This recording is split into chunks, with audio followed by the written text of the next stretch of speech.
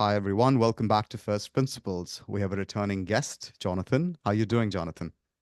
I'm pretty good, Saagar. How are you? I'm very well. We would be talking about culture change, specifically in the context of companies. But just so that we can set the context for the listeners, could you just introduce yourself again? Sure. So my name is Manshack. I'm a Scrum Master. I have been in the Scrum Master slash project management role for roughly 6.5 years now. Um, the first half of that, maybe the first 2 years, was project management, and then the other half was strictly Scrum Master. Hmm. And I've worked at four different companies, all in the tech space, the software development portion. And some of these companies have ranged from a very young new company to a very, very old company. So I've gotten kind of a spectrum of experience there. Nice. Okay. So when we were speaking the last time, like after the recording, we were discussing what else we can talk about. And I guess I suggested or you suggested, I forgot, but the whole topic of culture change was something that you were attracted to. So perhaps start by telling us like why does this like ignite a certain kind of like curiosity in you? So um, one, you culture change, just change in and of itself. I'm dealing with people all the time. And I'm naturally a people person. I like to help and I like to make things more efficient, or I like to help us achieve our goals. And you can't do any of those things without some form of change. You just can't. It's not like you do A, B, and C forever and ever and ever and ever. It doesn't work that way because the market moves all the time, right? You got to be competitive. You got to be nimble. Yeah. In order to do that, you have to be open to change. And in order to change a team, you're dealing with people. So you get to work closely with folks, and some work with you. Some may give you a lot of resistance. Right. There's a lot of challenges, and there's a lot of dynamics and variables in the equation that affect the outcome and that Yeah. whole process. Yeah, I mean, of course, like if when somebody says like they're a conservative or they're a progressive, I have to ask them like, what are they conserving and what are they progressing towards?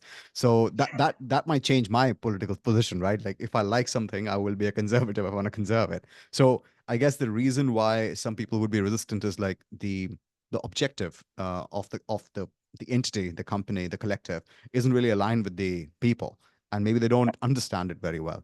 So do you think that could be one reason why people get a little, I don't know, resistant to change? Oh yeah, yeah. If up top is not in alignment with at the bottom, or vice versa, yeah, you get friction. You get bottlenecks. You get confusion. You get chaos. You get mistrust. Right. Um, that absolutely, and I've actually been through that multiple times and had to deal with that type of turbulence. Right. So yeah, if you can, in a perfect world, if you can get your top and bottom to be fully transparent and aligned and in sync, it's very powerful. It's wonderful, and only for like a split time blip in my time and tech, I've actually seen something similar to that. Okay. Okay. and it and it was that was actually at the young company that I worked at. That Okay. actually happened. Mhm. Oh, so yeah, lay us, you had some case studies prepared, so just walk us through that. We can just dive right in. Yeah. Okay. So first, let me preface it with I'm going to kind of talk about these companies in terms of age. I'm not going to give their names. Hmm. So we've got a 17-year-old, we've got a 56-year-old, we've got a 65-year-old, and we have a 162-year-old Oh boy. couple. So you can imagine huge, huge, huge spectrum there in age and culture. Yeah. And that is as of today. That's not when I worked for them. So Hmm. when I worked with some of these companies, they were obviously younger. Um, so I'll start with the 17-year-old. We'll start with the baby. Right. This company is a strictly tech company. And when I was there, the folks that I worked with, those that were above me, 1 to 2 levels above me, actually already knew who I was. So this was a really good thing. They were what's the word? They were aware. They knew of my work. They knew how I worked. They knew how I dealt with people, because they were at a previous company that I was at, unbeknownst to me. Hmm. One of them, the program manager, unbeknownst to me, already knew who I was. Okay. That was a surprise, really a surprise. And so I noticed that there's a lot of gaps in our processes, and there's some siloed situations. So the team that I was on, it's completely distributed. It's not in person at all, and these folks are around the world, and we have very specific goals on the team and what we were doing for that project, or projects rather. And I noticed that at the end of the week, per se, we would come together and talk, kind of like as a little bit of a status update, you could say. Right. And I would notice like I would learn something and they would be behind. And I was thinking, well, you can't do your job unless you know how to do this. Like maybe you got to look up some code. Maybe you got to find the author of some code. Or maybe you've got to know how to dig in a tool, write in a tool or something. Right. And they didn't know this. And I was noticing this was happening, and we needed to also reach out to software engineers. Mm. And so I was like, this was a time when I was a bit knowledgeable of Scrum, and it was my first time to really start implementing Scrum. And this podcast isn't about Scrum by any means, but this is just an example because I'm up in Scrum. Yeah. And so I was able to say, hey, team, would y'all be interested in improving some of our processes? Would y'all like to try something new? I would like us to be a little bit less siloed. And they were also quite young too. They were close to my age, if not a little younger. And they were very, very open, because I felt like they maybe also were slightly frustrated too with not being able to do their job quickly. Like they're having to wait a little bit, and they didn't like that. And so they're like, yeah, John, let's do it. What do you have for us? And I explained to them what Scrum was. And I explained to them, like, I would like for us to have a daily stand-up. And I'd like for us to maybe every Friday, we talk about what we learned during the week and we share it. And they were like, yeah, let's do it. And so I was like, okay, we can't just implement it. Let me go talk to our supervisor. And he was like, yeah, dude, go ahead. You got it. But you got to get approval from the program manager, like above me. I was like, sure. And he's like, I'm gonna have to, like, I need to look at this before you go and do it. Sure. Write all my stuff down. Do. And he previewed it, and he's like, all right, you're good to go. So I go up to the program manager. Like to me, it's like this big person, like really big special person. And here I am, little old me, like, hey, can I do these things? I know this and that. And he was like, yeah. And he was just so quick to say yes. And that blew me away. And that's when I found out that he already knew of my work. Right. And I did not know he was like 3 levels above me at the previous company. He was an unknown figure. He was a shadow figure. Right. At least to me. He pulled all the strings unbeknownst to me. And he told me who he was and how he knew me. And I was like, whoa. So your reputation preceded you in a good way. Yes. And so I was like, ooh, I'm starting to have the fruits of my labor are starting to come too. And he was like, okay, do it, but you have to report back to me. And I think he said like in a month or something. I was like, sure. And so I go back to the team. I was super excited. And so they agreed we would huddle, and then we would also talk about what we learned on Friday. And originally it was every Friday. And then one of the team members was like, this is too much, every other Friday, because we were very busy. It's like, sure. And the team was so excited. They love sharing things. And I built a little diagram table thing and a tool for us. And we were using that as a log. So it wasn't just verbal. It was also like we could go back in time. Right. And maybe we had links to share or something, or an example in regex, because we would have to look up in regex a lot. And the team just really liked that. And they got so excited. And I also built us some other tools like in Jira and whatnot to kind of help us track some things. So I noticed these gaps everywhere and how to close those gaps and like empower the team at the same time. And it got me thinking, why was that so successful in such a short time compared to other companies I've worked at that I have to pull teeth for the tiniest thing. And so the fact that someone up above knew who I was, knew of my work, they felt comfortable with me, and they were also knowledgeable of Scrum.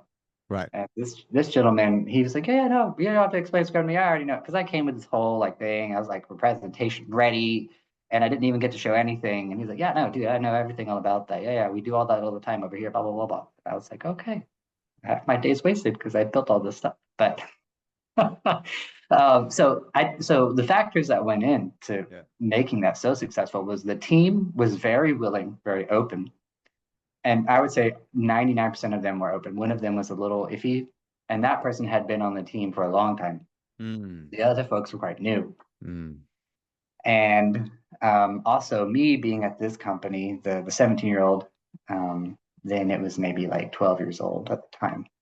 The people above me were also that had been there for maybe 6 months ish, so they were kind of new as well at this company, and so their jobs were also about managing projects and programs and getting success and meeting goals. And so the connection that we had, and I guess maybe I had some type of respect from the previous company because I had a lot of success at that previous company. And so my name moved up the ladder, I guess, if that's how you want to say it. And so that's what I reflected on, and that's kind of like what I boiled down. It was just like the team openness, the fact that up top was aligned with what we wanted to do, and they were aligned with what we're trying to achieve, and then also teaching the team. They were understanding. They understood what this was all about and how it would help us. And so we kind of connect that bridge there. And then I started to think about the age of the company, because I'm at my fourth company in the corporate world.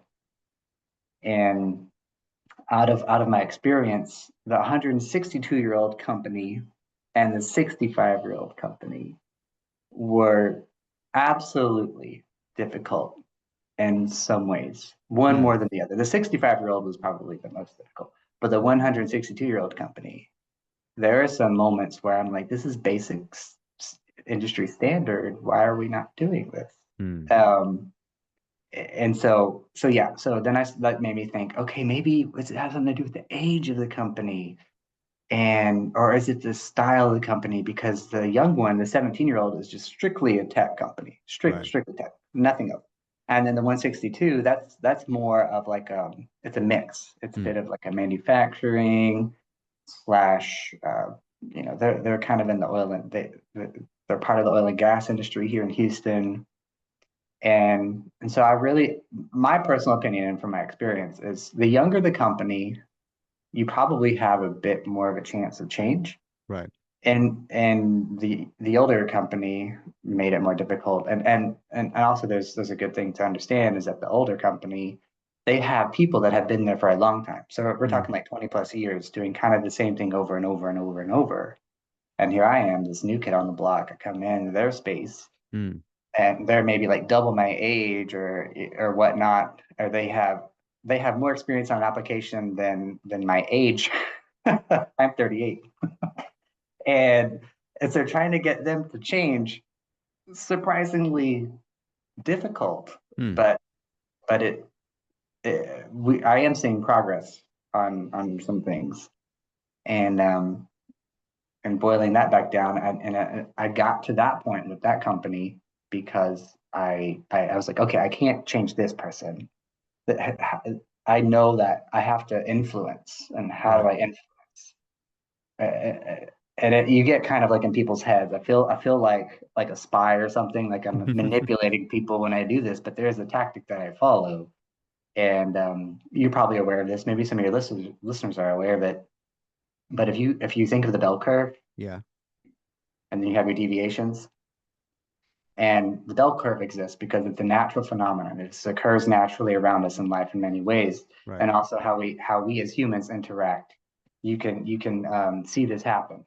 And so going back to the deviations, you've got your first deviation. That's there's group one of people.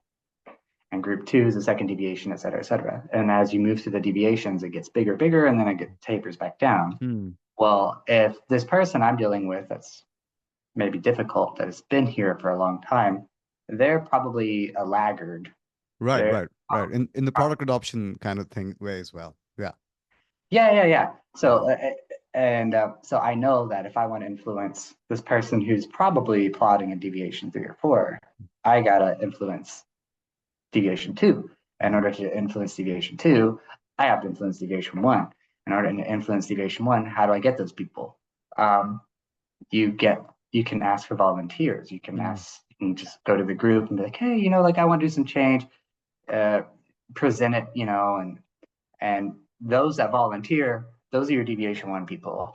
You go with those people, and that's when you work with them, and and if you are successful, if you have something to share out of that interaction or whatever you're trying to achieve, you showcase that, and most likely deviation 2 will be like, okay, I feel safe, I feel Hmm. comfortable, and I kind of trust Jonathan a little bit more. I kind of trust this process a little bit more because they did it and they're successful. Okay.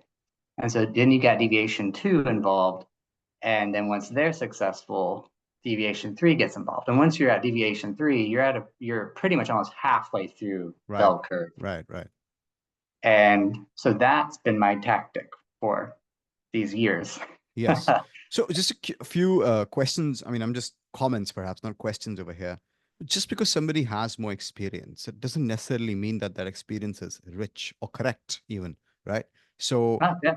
right. So if somebody is younger, I don't think that young person, of course, I'm not saying they should be like falsely humble. And pride is a good thing if it's coming through a proper productive activity, but they shouldn't be, I don't know, vilified because they have like a more Yeah. fertile mind and they can think through abstractions and perhaps have commentary in different places and are willing to test it out. So just this thing is like, do you know how old I am? And I come from a culture where that's a thing. Like in property disputes, that happens, and I'm like, does that take away my property rights because you're blaring music and trespassing into mine? So Huh. I always had that I guess natural instinct to tell them to put them in their place. So that's just one comment.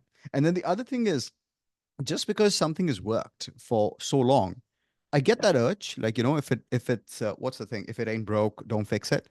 But Right. you're Right. living in a dynamic market. Yes. You need to be on a lookout, otherwise you'll be out. I mean, like Yeah. IBM very famously had to really work that through. So Yeah. yeah, that's just, I don't know if you have to say anything to it, but these things just jumped out.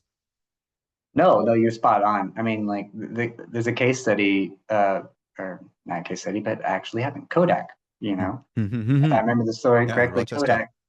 Yeah, yeah, yeah. And I actually have been by that. I was in Rochester several years Yeah. ago with my friends, and they're like, "Hey, that's Kodak." I was like, "Oh, poor Kodak." Oh yeah. And for your listeners who don't know, I really hope I get this details correct. Kodak was very confident in themselves and didn't feel like they needed to change. And I believe they were asked to be part of the Olympics, like a sponsor or something, or advertise, and they're like, no, no, no, no. And then Fujifilm, I think, was kind of new at the time. They're like, yeah, let's do it. And Fujifilm kind of took off because they got the exposure. And then Kodak didn't want to kind of change from film either. They didn't really want to go into digital. They didn't want to basically change, and Yeah. because of that, the world was changing, everyone else was changing, but they're like, no, no, no, we're too big to fail, Yeah. and they didn't. They're still around, I think, but they are nothing like they used to be, Yeah. and that goes back to the people that were in charge. Those people that made those decisions. Why did they feel that way? Why did they do what they did? So Yeah, yeah. I'm not putting words in your mouth. This is strictly my opinion, but this is, in my opinion, a neo-feudalist mindset.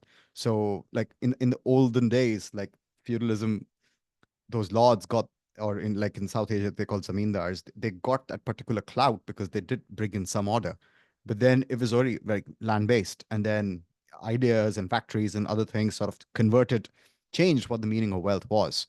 So these folks were losing their stature, and that became a problem. Now, I'm not saying all folks who descend from like feudal lords are like this, but the neo-feudals is like, this is what the world is. It's not going to change, and we will remain like this, and we will control your urges, but we would not be responsive. So this is just my polemic on them. But I think there's a bit of that going on everywhere. yeah, yeah, and it's the human element that gets involved. Some people are so confident, or Like I know the right thing because I got a degree in this, and say, well, you gotta be. I mean, that's just an example. You got to be Yeah, yeah, open. You really have to be open nowadays because, like you yeah, said, the market moves blazingly fast, and yeah, it's not localized anymore. It's not in your country. It's global. yeah, yeah, yeah. A lot of cultures out there are exceptionally creative and exceptionally resourceful, and Right. that gets injected into their processes and workflows and their every day-to-day life. And they've learned to be exceptionally efficient. Yeah. And you can't just keep doing what you want to do all the time. Yeah, yeah, yeah.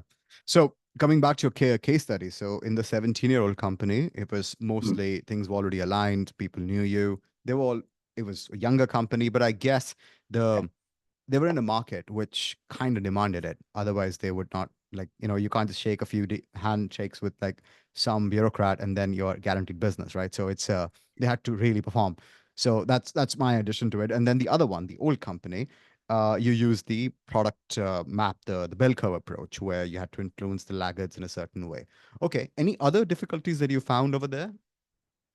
At the 162, the Hmm. old, the ancient one, um, they have a bit of a huge market share for what they do. Hmm. Hmm. Hmm. And I don't want to use the word monopoly, but I would say close to it. Right. Right. So they kind of probably have that, maybe that thinking because they have this backing like we're too big to fail. Yeah. And I'm just like Kodak, Kodak, Kodak in the back of my head. And yeah, so there's been several things at this company, the 160-year-old company specifically, that I got some really good opportunities to implement some change. And um, one of them was I had to help implement Scrum. Again, Right. back to being Scrum. And I was on a team with a product owner who was exceptionally skilled in their role. However, I had come to learn this person was kind of given the title product owner, which is a very scrummy term. If any of your listeners are listening, product owner is a very specific role in Scrum. Yeah. And this person was given this title, and the more I dug, I learned, okay, they actually don't know much about Scrum at all, but they're Right. giving this title. And I learned that the company was going through a huge project management change where they went from traditional to agile, and they flip-flopped. And they flip-flopped because the CEO changed and so did the culture. It's funny how one person can completely change an entire Wow. company, The you great know? man theory.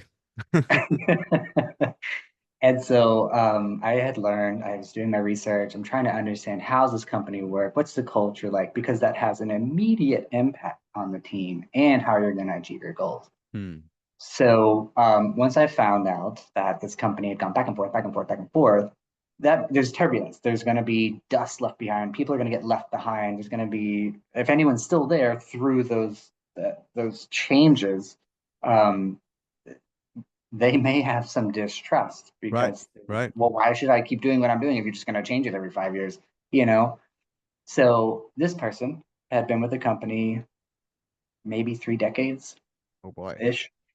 And like I said, knew the stuff back to back, like the applications is what I'm referring to when I say stuff. But the Scrum process was somewhat understood by this person, but a few things probably not. And so, how do I deal with this? And this person is known to be like high caliber at the company. So I had a lot of respect for this person. In the beginning, I was probably a little bit too, I don't know, um, demanding in a way, Hmm. but we'll see how what you think about it. And so when I approached the PO, Oh, I'm sorry, um, Jonathan. Were you their peer? Were you their senior, junior? What's the oh, hierarchy like? oh, I was a Scrum Master. So, I mean, I, yes, yes, and I understand Scrum doesn't have hierarchies, but this company I'm sure did. So, where were you in relation to them? I I would say in that little culture, that subculture, I was probably looked at the bottom. Okay, I didn't have any authority, right, right. right, So like I did with some other influence. companies. Yeah, Okay, yeah. So okay, and this was also early in my tenure with them, right, very right. early. Okay, So I was new, very new. The QAs, the devs, they were yeah, all learning who I was. right. And some of the dynamics on the team was some of them had worked together for quite some time, so they had built a friendship. Okay, And so outsider, no formal authority, and heavy use of influence that you had to perform here. Okay. yeah, Wow. it Okay, was, that's quite an uphill task. it was a little tough, Right. but we did have some success for Hmm. sure. And but it kind of came at like a stab at this person's probably pride. And so this is how it played out. We were building an application, or we were enhancing an application, and um, this product owner was like, okay, you know, we got the requirements from the product manager, and I feel very comfortable with this because we don't question this person, and the team will work on it. And then maybe like 8 months later, maybe it was like 8 months, somewhere around there, like we'll deliver. And when I heard that, I was like, oh, whoa, but are we going to have like sprint reviews? No, no, we don't need to have sprint reviews. We know what we're doing. It's going to waste our time. So for Hmm. those of you listening, a sprint review is your team will work on the in this case, an application. They're building pieces. And at the end of our sprint, and for us, it was 2 weeks, we would have a piece of a product that is actually usable. And a sprint review is where your team will take that little piece and they go to the people that are going to use it. We call them end users or stakeholders in this case. And we're like, hey, we built this, use it. Give us Yeah. feedback. What do you think? Is it nice? Do you like it? Are we on track? And so we do that for a very specific reason. And this is, in my opinion, one of probably the most important ceremonies in Scrum. Yeah. Like without it, it's like you're not Scrumming.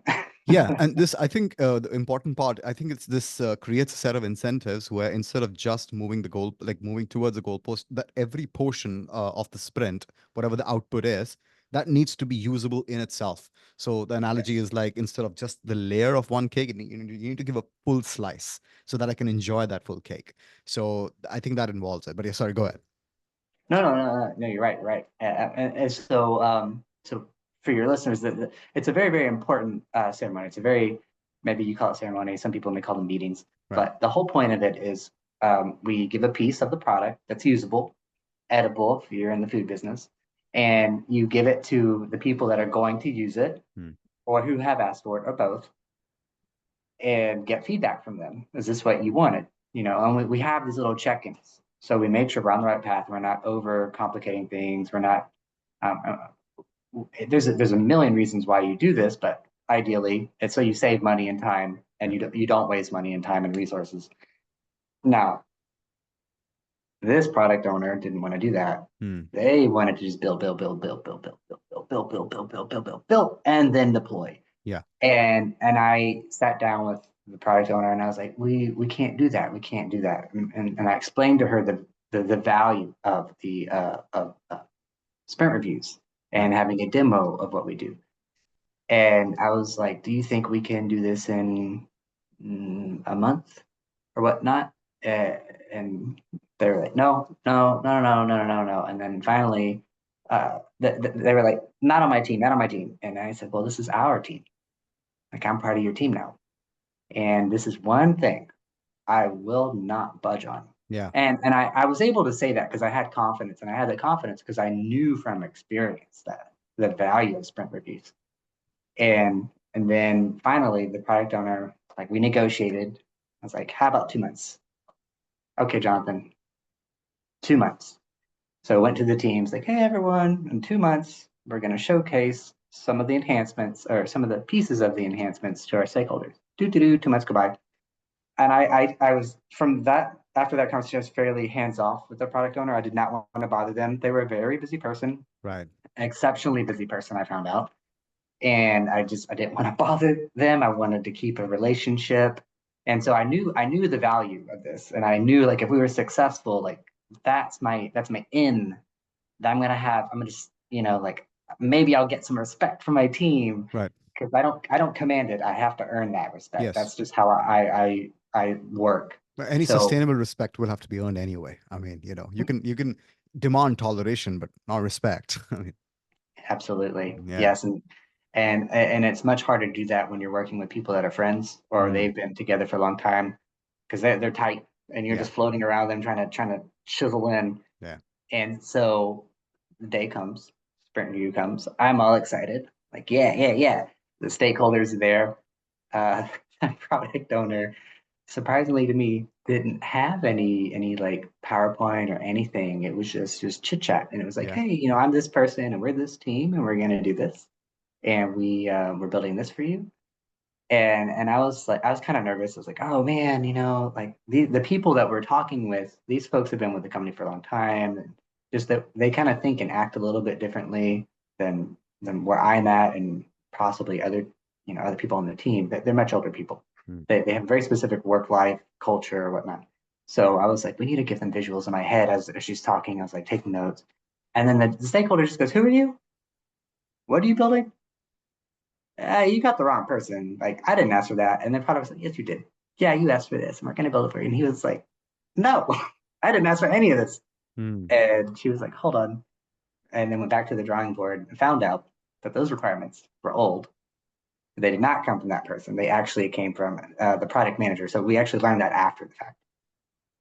And we had to, after they talked for a good like 4 days, I think it was, the team was all up in like chaos. We're like, what do we do? What do we work on? We don't know. We can't, the product owner's missing and da da da da da. And so it was a very weird, dark time for like 4 days. Wow. Yeah. That They, must mess with your morale as well. yeah. And so it was like, you have trust that you're building what you're supposed to build. And then all of a sudden it's like, it's pulled Yeah. out from under you. And you're like, whoa. So the team was shook up essentially. But because they knew each other, they handled it very well. Um, Product owner comes back. They find that we need to scrap possibly 60, I think it was 60 to 70% of the code. Just Wow. gut it, just completely gut it. And mind you, this is about two, I think it was 2 months, 2.5 months ish into building. And the team consisted of, I think it was like 3 developers, 2 QAs, a BA, and a product owner. Mm. And like I did the quick math.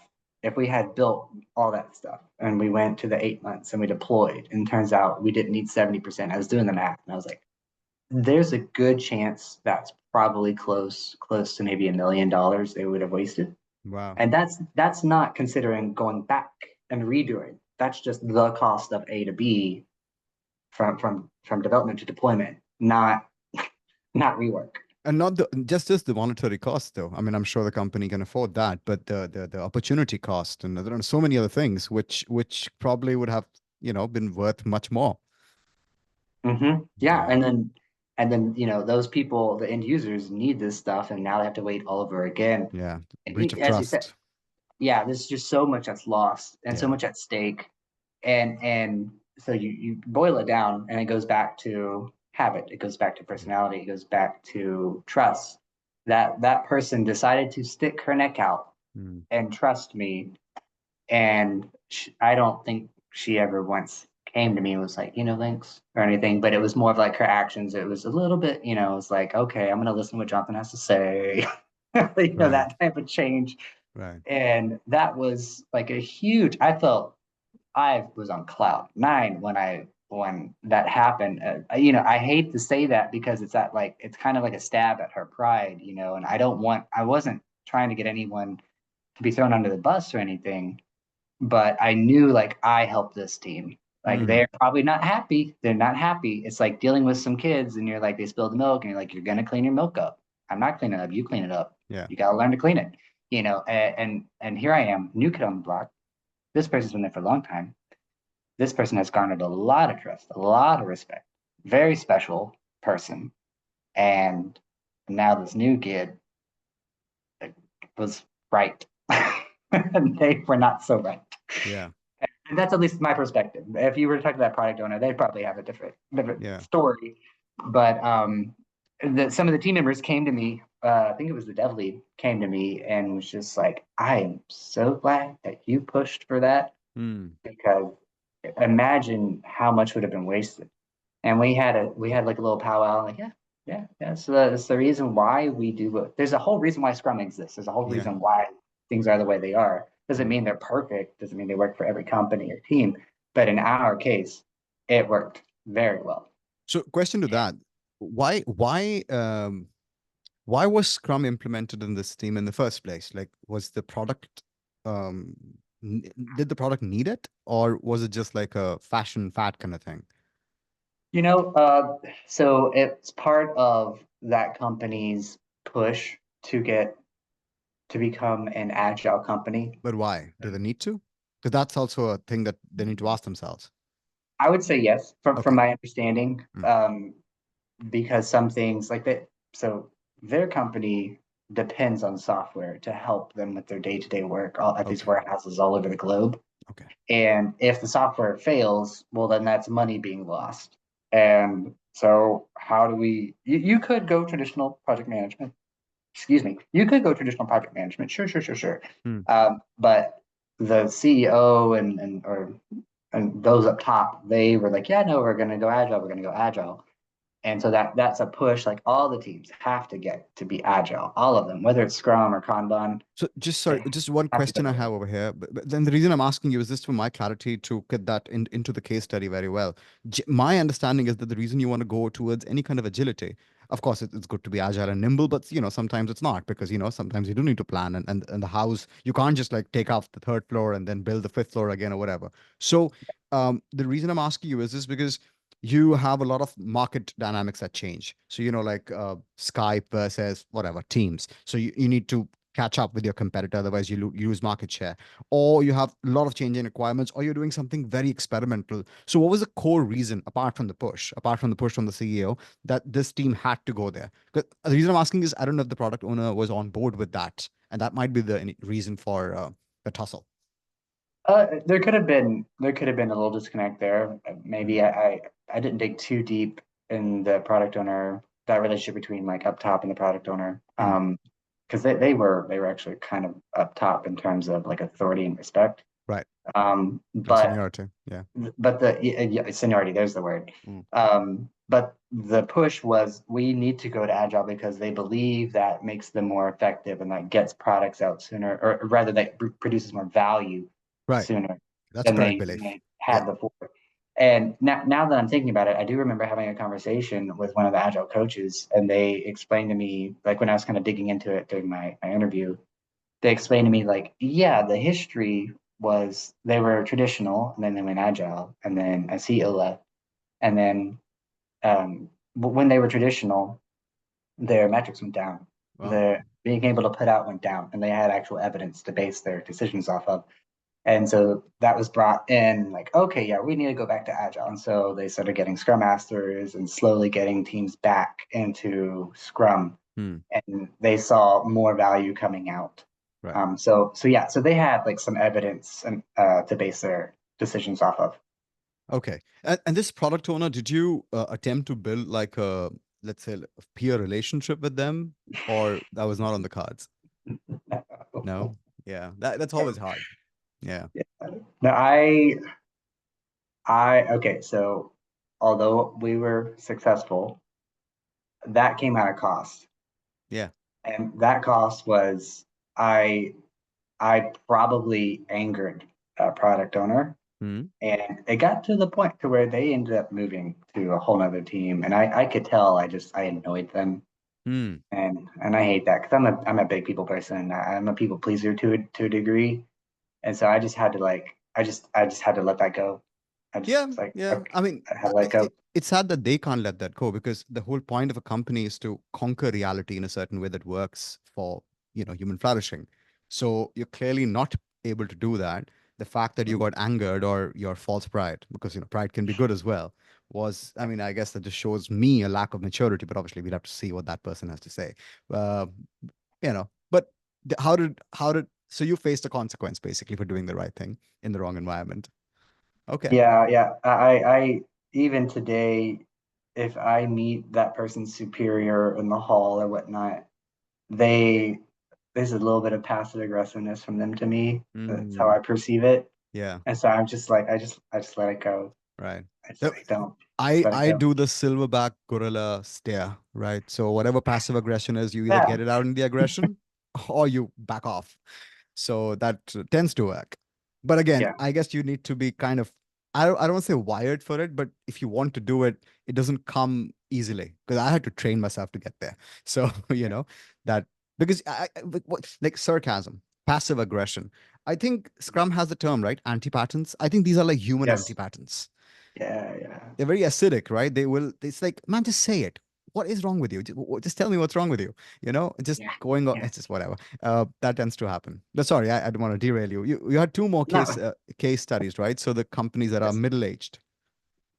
Yes. Okay. So if we go, so we did the baby and we did the oldest. Now there were a few other things at the oldest, but that one was like a real big one that was very successful. And so that's why I wanted to showcase that one.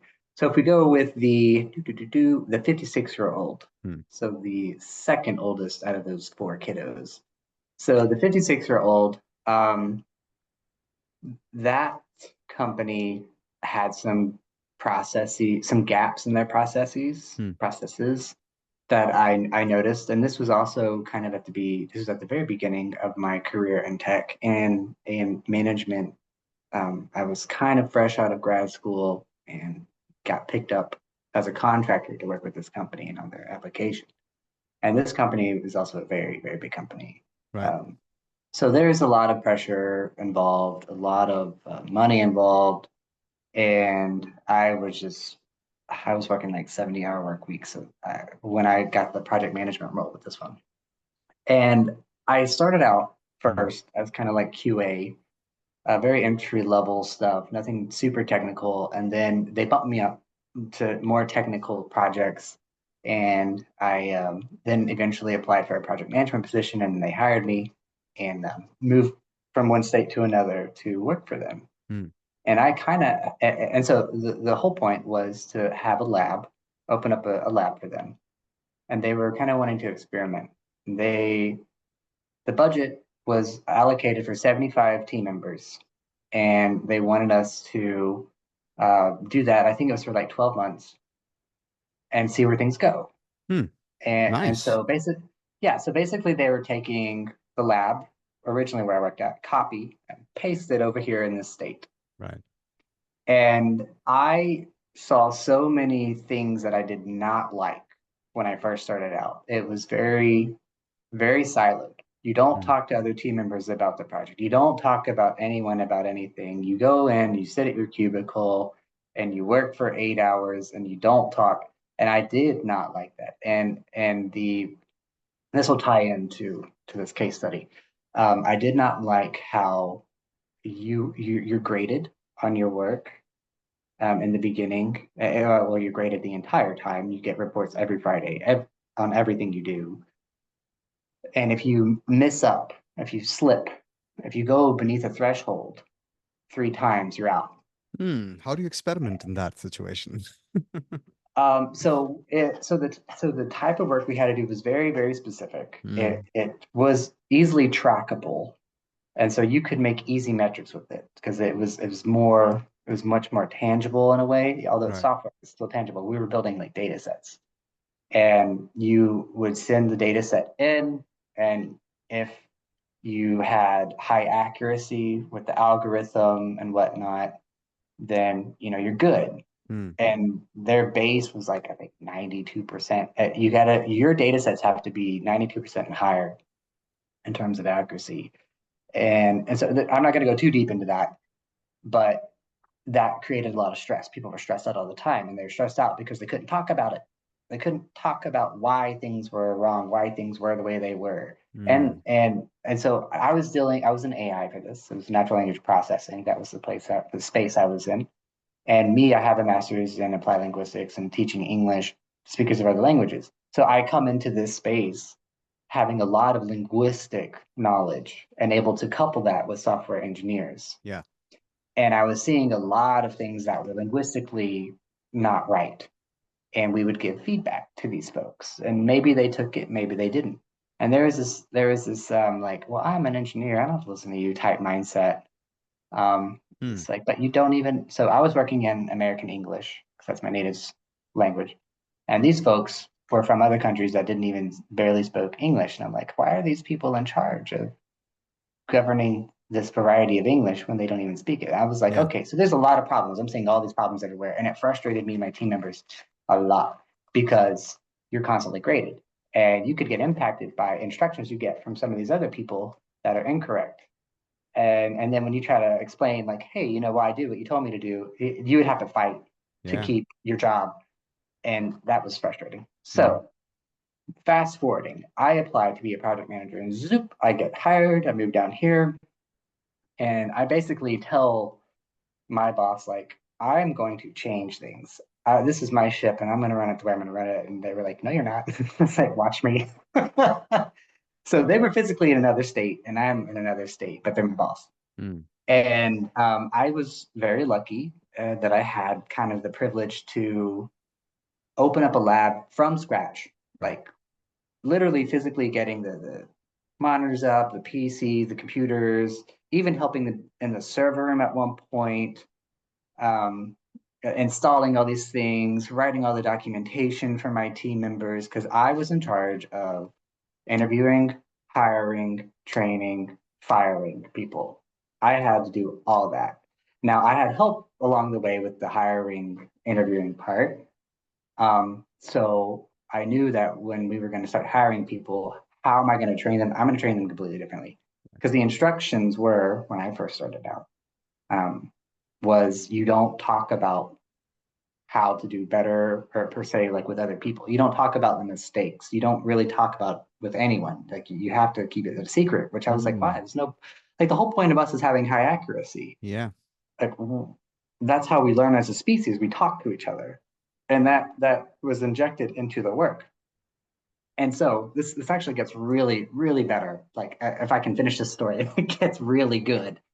And um, so at the lab, I develop ways to start teaching my team. I'm much more integrated with them. I sit with them during training because how it looked like when I started out, they would literally sit you at the computer and say, read these files, I'll be back in 5 days. And you're there and like you want to ask questions and people will just put their headphones on and not notice you and not talk to you. And you're like, hey, can you help me? And they'll be like, nope, no. Oh boy. And, Oh, and imagine, yeah, it was bad. it's like what I'm getting is scared. I don't know. I don't want to put the word toxic in, but I think the effects can become toxic, and also it's like very unhelpful. So like where there is, I'm not saying you should sacrifice for the team, but we learn with teams, and this is very Yes. hostile. Hmm. Yeah. Yeah. Now that's not to say that they didn't have any type of learning sessions. They Sure. eventually at the original place, they Yeah. originally got to meet with the company, those project managers, and talk through some stuff and Right. get clarifications. But that was a long process. That I Right. think it was like maybe once or twice a month. Mm. And by that time, you could have failed 3 times and you'd be Mm. fired. And you could lose half your team in that time. Yeah. So it was exceptionally stressful. Mm. Um, and so I was like, I'm not going to have any of that. I'm scrapping that. I'm getting rid of that. That's not going to happen at my lab. Mm. Absolutely not. I don't care if I get fired because I know this is going to work. I was super confident, and I was also young.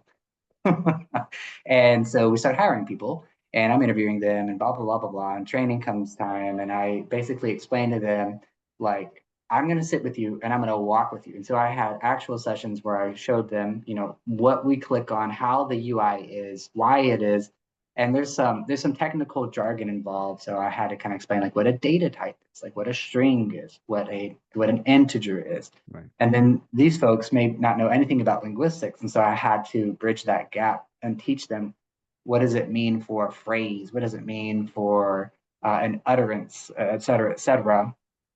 And explain to them how the process works, how the system is thinking. And it's all about weighting things. So Right. go into linguistics a little bit. You take words and you give them weights, and it's Mm. because the computer can't process strings; it only processes integers. Right. So you have to turn string into numbers. So I was explaining all this to these people who have probably a degree in art, and how do I get those people up to speed? And that was a huge challenge. But I knew by sitting with them, working with them, step by step. And then once I kind of copied and pasted into them, I'd be like, you help that person. You Hmm. help that person. So I started copying myself and Right. Right. implementing Right. myself Like peer up. because, yes, because there's no way I could do this Mm. with everyone. Because at No. the peak, I had 115 people at my peak that I was in charge of. Not for a long time, maybe three weeks at that point, and then it dropped down to about like 80 people. But that was multiple languages involved, and I think it was like 8 projects that were involved, and some may have 10 people, some may have 30 people. So once my team was set up for success, they started outputting you very highly accurate data fairly quickly in comparison to the other lab at that time. So when that lab was born in that time frame, they were able to output X. When my lab was born, we were able to output Y. And if you compare those, ours was very high, very quick. And so this company was like, wow, you get 150 people now. So the budget went up. That was nice because that means money. and so we were successful again a few months later, and that bumped up to 300. And we were doing great. And then that bumped up to 400, 420 people. And this is all within about 12 months. And we were allocated 75 people. So we grew, what is that, 4x, 5x? Yeah. So my company's happy because I know that this project and that this client yeah, brought in a lot of money. right. And so to the point to where like the vice president was flying in at the company to come see things, to christen things, to the point to where program managers from the actual client were coming in and were like, what are y'all doing here? How are y'all able to do this? And like, oh, you're Jonathan. I want to talk to you. And I explained to these people, it's like, yeah, so a lot of our success comes from the fact that I have my team huddle and talk about their reports every Friday. Because you and I may be doing the exact same thing on the exact same project, but yet you somehow get a lower accuracy than me. But we did literally the same thing. And so they had people on the other end of that company looking at our work, my work and your work, Saagar, and saying, I don't agree with this. I don't like that. And I found out that we were also being graded on other humans. Humans were grading us. And I exposed that to them in a diplomatic manner, of course. And there was a lot of pushback. Like that company was like, we can never be wrong type mentality. Not all of them, but that was a lot. Like, how dare you kind of mentality. And I was like, I'm going to protect my team. I'm not going to go fire these people. And sometimes they would tell me, like, you go fire that person. I'm like, no, you're not my boss. You don't tell me that. We've actually had litigation over this. You can't do that. And they would still try and push me around. And so I had to be exceptionally tough and defend my team. And my team knew this. So I was very transparent with my team. So even if you could do it, it's not a good idea to do it. Like, do you want to keep threatening your team members with the firing, whatever, the chopping block? How is that for any kind of building trust and safety and even like courage? It was bad. Yeah. It was, people were stressed out. And even that's with me fighting back. And so that was one of the big changes I knew I have to implement here to protect my team. Yeah. So the team members, a lot of them started to, really appreciate who I was and what I was doing as they learned more and more what was happening behind scenes as they were working day to day. And of course, some people I had to fire, or let go. But setting that aside, the dealing with that type of mentality was tough. Like them always pushing down on us and always logging everything we're doing and sending a report out. And then you have the once I kind of exposed that these folks at this company would grade my work and your work, person A, person B were grading my work and your work.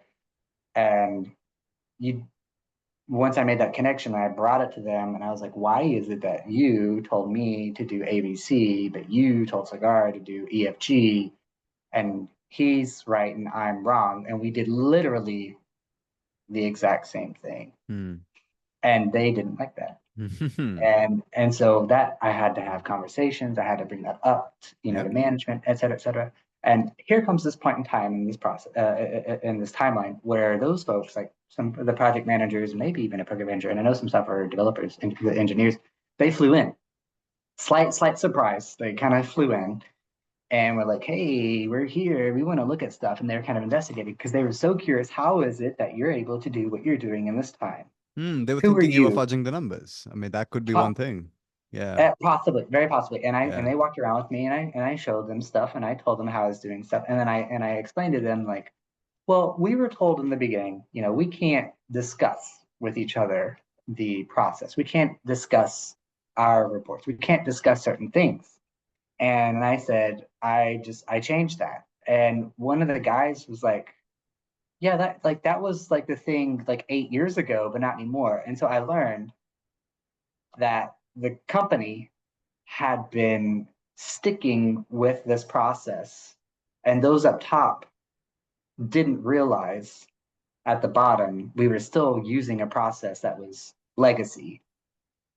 And I was like, I wanted to break my pen in front of them, and I just kept my cool, and I was like, okay, yeah. Wow. I was like, ah. Wow. And so I again I pushed, and I got flack a lot of times, and I Comes with the just territory. yeah, Yeah. yeah. And so they were like, wow, okay, wow, like da da da da, and they even sent like a psychologist in to kind of examine my You? team members. Not me, no, my team members. The Wow. psychologist was doing some type of research on the effects of artificial intelligence on humans and how Ah, they interact and build it. okay, okay. And she flew in from big, big state. I'm not going to say the name of the state because it'd probably give away a lot. Yeah. And and so it was really interesting. There are a lot of stuff happened in like the 12, 13 months that I was a project manager at this lab. Many other things happened too, but that was kind of like dealing with change and whatnot. And in this case, I had like, if you were to look at this, like how was this successful? Why was this successful? Well, one, the role that I had came with authority, Hmm. but I had to earn my respect, of course. And like I said, I go through respect. I don't use authority. The only time I'll ever use authority is if like this person's a very, very toxic person, and then Hmm. I'll flex my muscles. Other than that, I'm a very flexible person. I will work with you. I will stay late with you to fix things. And so I had the authority, but I kept that very low, and I needed to show that I cared. I worked with my team, and I was very transparent, very, very, very transparent with them. And they would get very upset with the company, like our client, and there were times they'd be like, "Yes, I know, but they mean well," and da da da da. And so I had to always like kind of play this diplomat. But there were times where maybe they were wrong, and I'd be like, yeah, yeah, they messed up, and then Hmm. I'll try and work with this and fix it. So a lot of like just showing support to my team and working with them. And I did have a lessons learned with this situation where I was implementing daily daily stand-ups where we huddled. At this point in time in my life, I did not know about Scrum. I did not know about ceremonies. I knew nothing. I knew very little about management. I was just going with my natural how I am as a person and how I deal with solving problems. And I was like, okay, you know what? Our teams are big, too big for me to email everyone. So all 40 of us, we're going to huddle in this room over here next to my office, and we're going to discuss for the next 30, 40 minutes our reports and what we learned, and we're going to share it.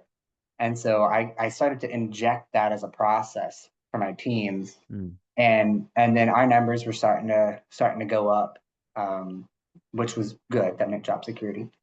And then one of my superiors came in and was like, "What are y'all doing in here? You should not be here. You should be at your cubicle. Work, work, work, work, work. You're wasting our time." And I was like, "Well, hold on, hold on, hold on." And like they came in and they tore it all apart. Yeah. And the morale of those team members just went crashed and burned. And they were like, "Well, now I can't trust Jonathan because then this person can come in whenever they want and ruin whatever or supersede whatever Jonathan said." And I was so mad. I was like, "This person just made me look like an ass, pardon my French." And I was so I was so there was a lot of tension on that project. And I tried to explain. I was like, I have these huddles to help these team members. Their numbers are going up. Here's the data. We have evidence. We have proof that this is working. Why won't you let them do it? No, Hmm. they're not supposed to. Da, da, da. And this person was sticking with the old processes. And I try to explain, like, no, we can do this. We can do this. So um, that was a lesson learned. Was communicate probably beforehand. But if you think about it, I probably would have had no traction. It would have gotten stopped at the beginning if I had spoken to that person, to that superior. To that point, So though, I need to ask yeah. you something. If I utter this term, petty bureaucrat syndrome, does that does that resonate at all? Yes. I think there's a lot of that going on as well, and these people only understand power, unfortunately. So Yeah. yeah, that Yeah. yeah. But that lesson was an important lesson, though. It was not just for me, but for the team members, and um, I definitely taking now that was in the beginning of my tenure in tech and management side of things. And I have taken that to heart, and I absolutely keep that in the back of my head whenever I go to different companies and teams. And like it almost scares me if I'm not transparent. So I may Right. be over transparent, Mm, like little PTSD, I guess. So I've also learned to kind of pump the brakes here and there, here and there. You got yeah. to have that finesse of how you talk about stuff. But going back to like how is that change successful? It was, well, I garnered the respect with my team, and I had the knowledge to teach them, to empower them to do their jobs. And I also implemented a process that helped them grow and make it sustainable. I guess that's a good word. Mm. Um, and it was very unique in the sense that we had a or rather, I had a blank canvas. Um, yeah, so that I would say that's pretty. Those are the key factors there. Do you think that your relationship with the client as a vendor was also a factor? If you were just an employee, maybe you would not be able to have the latitude you had here. I don't know. I really don't know. This company, this client was tough. Hmm. They had a very tough culture. It was like you do what I do or you're out. Hmm. Um, so I honestly, I don't know. I don't know. Yeah. There were multiple people from that client that I worked with, multiple project managers or program managers per se, and some of them just their personalities were really sweet, really lovely people, and we got along so well. And we worked together. We could accomplish so much really cool stuff. And then Hmm. there's those that come in and I don't know why they acted the way they acted, did the Hmm. way things they did, but they were just like, absolutely not. You're beneath me kind of attitude. Like, I'm Hmm. not going to listen to you. No, you do what I say. Da, da, da, da, da, da, da. Hmm. And then I would be like, no, Hmm. Yeah. Yeah. no. Yeah. I mean, I understand if somebody is sure of themselves in order to solve the real problem, but then if we have like a mixture of the petty bureaucrat syndrome, which unfortunately a Mm, lot of us suffer from, resentment, envy, if we, put that on a lot, and then, things like, hey, like petty things like, I need to be above this and this person needs to be of that. Instead of focusing on growing the pie, we just want to like just take out the swords and figure out what the next class hierarchy is. That does yeah, tend to, I think, hinder progress. I mean, I don't know if they are being true to their jobs, if their job is to actually increase shareholder value. They're not doing that by doing all of this. It's a dereliction of their duty. So every time this comes down the chain of command, and then the rank and file worker will need to suffer everything being recorded, and then three strikes, you're out. I understand if it's like a warlike situation where you're in an assembly line oh where yeah, you really need, but I don't think most work, any artisanal work, blue collar, white collar, any kind of knowledge work, I mean, yeah, you need to figure out like if people are gaming the system, but this is just too much. I mean, how will, well, I don't know, like this is it's your company, sure, do what you want, but I hope you fail. I hope you're wiped out in the market. So they're yeah. not going anywhere. That company ain't going Oh, you'll nowhere. be surprised. But yes, I'm but Roman Empire. yeah, yeah, and that could have just been like the department that I was in out of the whole Hmm. slice of pie, and some of them that did fly in were wonderful. Yeah. Like I had actually worked with them at the original spot, and they Hmm. were super sweet, super wonderful. They were stressed out too, and they opened up, and so you start to understand a little bit more of the Hmm. dynamics and the culture in that case. and that helped me understand how I need to deal with certain things. Yeah. And something that I did learn that's kind of part of this change management slash if your listeners are trying to also maybe they want to be a Scrum Master or project manager, who knows? But if there's anything I could give y'all some wisdom was when I first started out, if you haven't figured it out, I was a bit like full of myself. But I had a good idea, but I knew what I was doing, and I may not have been very had much finesse with maybe what I did. Versus now, I would say a bit more finesse of how I handle stuff because I've learned that although I mean well and I know I want to help and I know what I do can help, Mm. I can cause problems with my actions and with my words. And so I've learned to be much more careful and articulate. It's like playing chess. Like I have to, it went from playing like checkers to now I have to play chess with like multiple people. So it's the nature of things have changed and how I go about it. And the whole goal of me being a scrum master, or if you're a project manager or a manager in any way, you don't want to create this unnecessary disturbances. And I Yeah. felt like in that beginning, that company, the one that I first started out with, I created disturbances. I stressed people out. Okay. I probably could have gone about it differently, Right. hindsight, of course. And so now, like when I was dealing with that product, when I was telling you about on the old company, the 162-year-old company, I didn't come in and just be like, no, you're gonna listen to me. You're doing this. Period. Don't care. Right. The way in which I talked about it was like, okay, let's negotiate. Let's I want her to have what she needs, and so had a middle ground. But when I first started out, when I was in that role, I was young, and I was like, no, my way or the highway. Mm. Mm. Now it's not like that. I'm Yeah. not really like that anymore. So do So you think it could be like strategic wisdom to inject pain sometimes in a very conscious way, in a very controlled way, in order to influence the outcome, if nothing else is working out? I'm not in a sadistic way, but this has to be done. Like the military has to be called in sometimes. Are you yeah, oh, against that? absolutely. Okay. No. Like this is time and place for everything. Like Mm. I've my process has become I'm gonna be soft Mm. and then I'm gonna get harder and I'm gonna get harder. Right. And then a phrase that I learned years back, someone I dated, was called the velvet hammer. She was a kindergarten teacher and she dealt with uh what's the word? Children that were in a not a good place, like not Mm-hmm. well off and had Right. trauma and homelessness. And she used what's called the velvet hammer, where you're soft, but you're hard at the same time. And I was like, I like that. Mm. And she explained to me how she uses it with kids. Mm. And I kind of have that little tactic in the back of my head, in my little tool belt, when I deal with teams or people or whatnot, and Yeah. when I'm trying to get things to change, so to speak.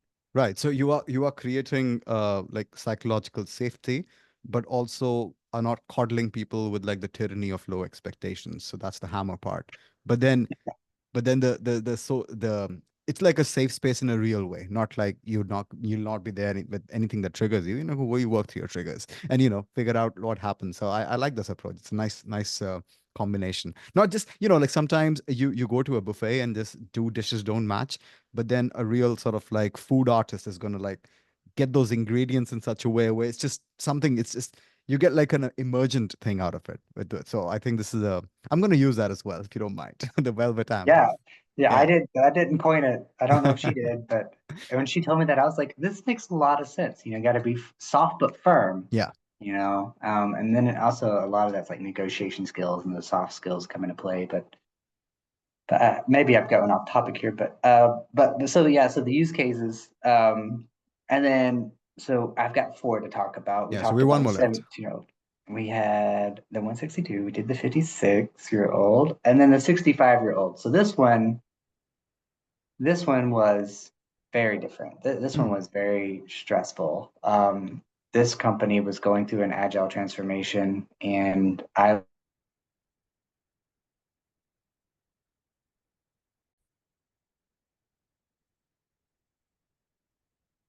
a huge corporation. This company is huge, huge, huge.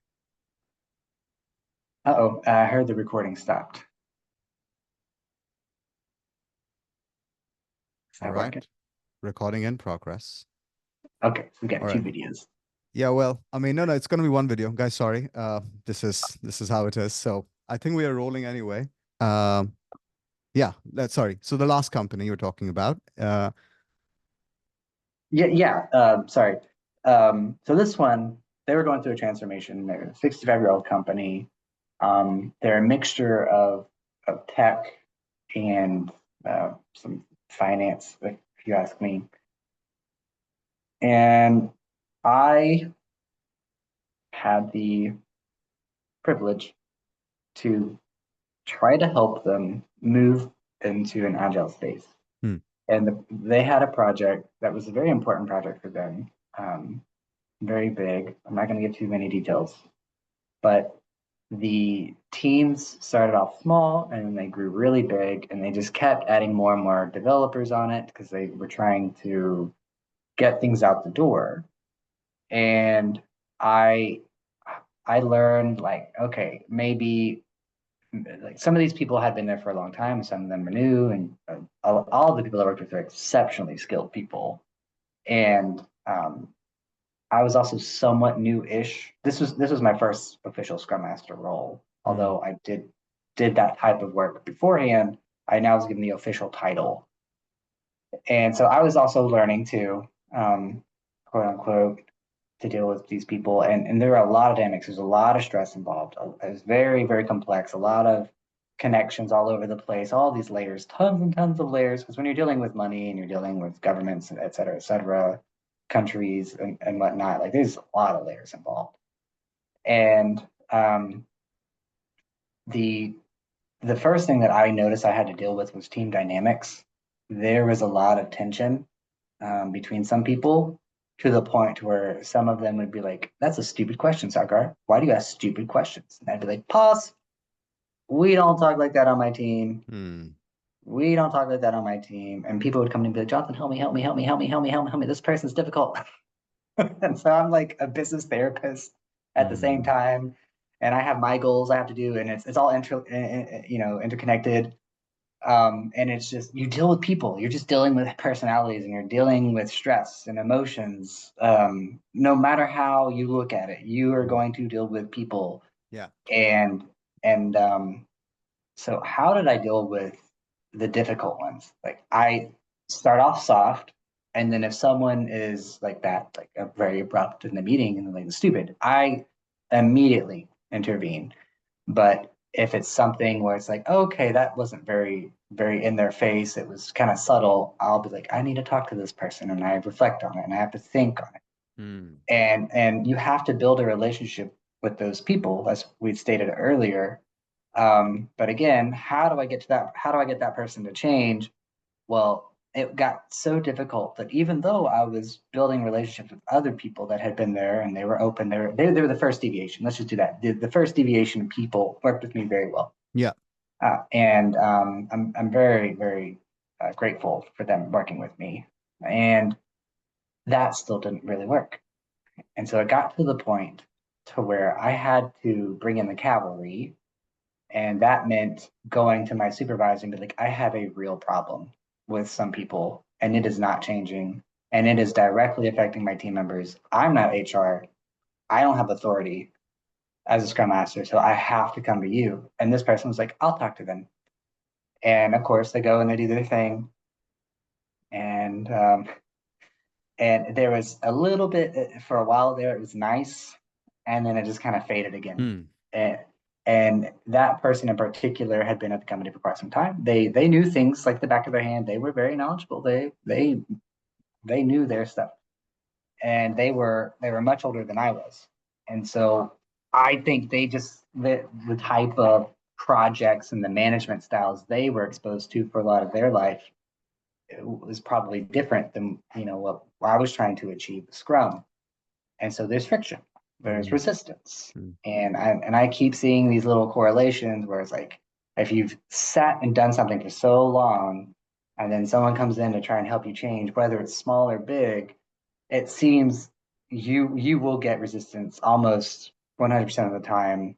Doesn't mean you won't be successful, but you'll hit a wall earlier than if I were to go meet a brand new team member and be like, hey, this is what we're going to do. They'll be like, okay, I'm open to that. Mm. And not like, well, no, I'm not going to do that at all. You know, that I haven't really had that happen.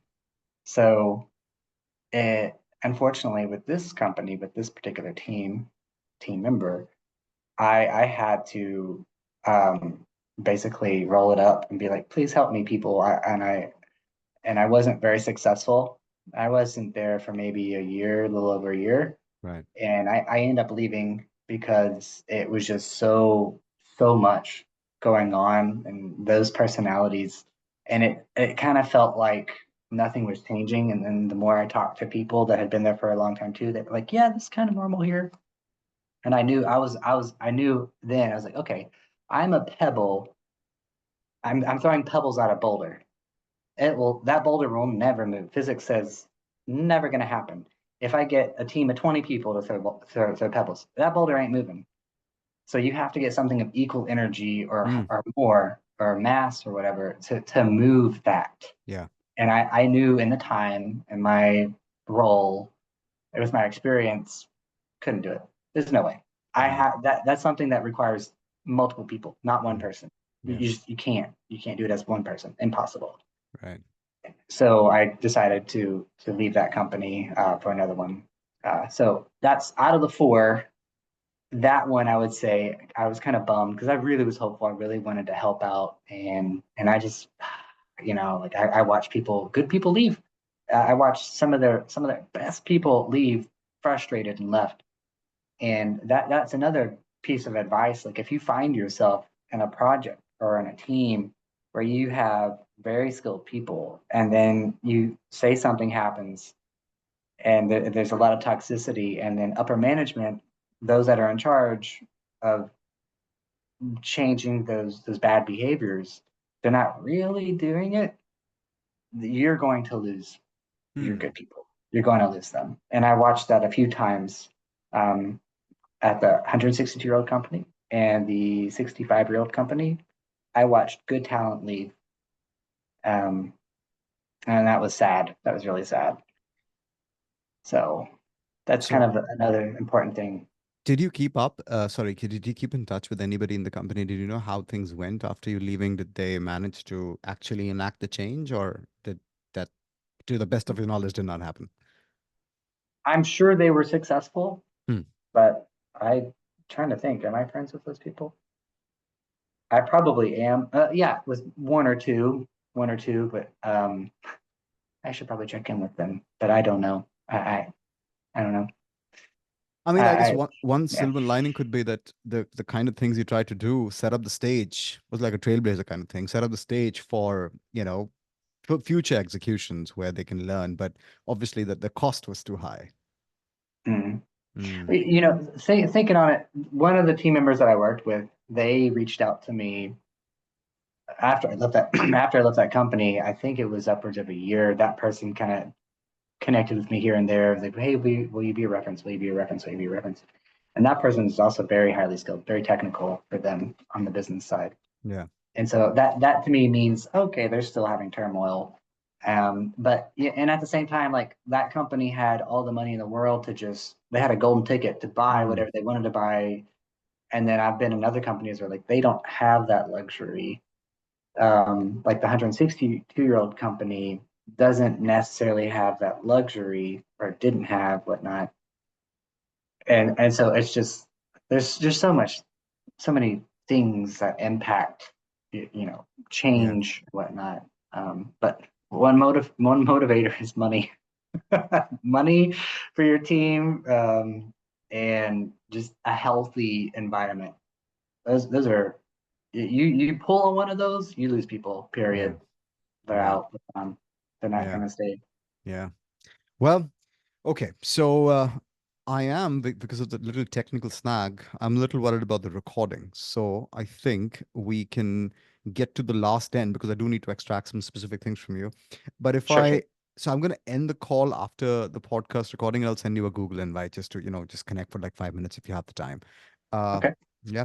All right. So in the end, though, if with the four case studies you gave, if you want to crystallize it, and perhaps, let's say you're training somebody, like a mentee, and they need to they need to get your wisdom. What would you tell them? What to start off with?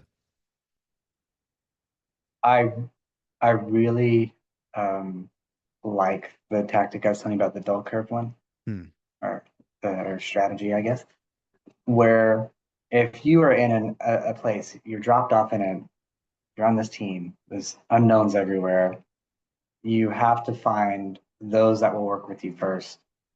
And I would recommend that over finding who is the most influential person, who's the most influential, and go to them, Yeah. because they may not want to talk to you until Yeah. you have successes. Yeah. You'd be wasting your time, So I would recommend, if you're in a group of people, find out who will work with you, get to know them, be genuine. Um, Really, that's key. Be genuine. Don't be fake. Understand what makes them, what drives them, what do they like, what do they dislike in Hmm. terms of in terms of like the work, the project, and try to understand the context. What's the history here? What's the history with the team? Is everything brand new? Do you have a blank canvas, or is the team mixed with a lot of friends and you're the outsider? And that's where you start. And then you start building that relationship, and you have to build a really solid relationship. And then and that's I've done that a few times at the 162-year-old company, Yeah. and it's worked. It took a while. It, it's taken a while, but Yeah. it's finally paying off. Yeah. So, I mean, those influence mapping is necessary, but just extend that to yourself as well. So, who do you have influence over? Because if somebody has influence and then they don't want to listen to you. I mean, that might be. So, your strategy is going to be work the whole bell curve, and that would be in a difficult situation. An easy situation, I guess you can just start. Perfect. All right. Yeah, yeah. Okay. Any parting thoughts, Jonathan? Um, if your listeners are out there, and they're curious to maybe pick my brain more, I'm very open. Y'all more than welcome to find me on LinkedIn and chat with me. There's a lot of nuggets of wisdom I can probably share. Um, and yeah, and if you have things to share with me, also, I know I'm not perfect by any means, and I know people have a lot of experience for what I'm doing with change management. Yeah. I'm very open for people connecting with me and telling me some things, because we're human, and Yeah. I'm making mistakes all the time, and I'm open to feedback. So please reach out. Perfect. All right. I'm going to include your LinkedIn, obviously, in the show notes. And you give me 2 Cool. minutes. I'll send you the link and I'll see you there. Right. Okay. Thanks, Saagar. All right. Bye-bye.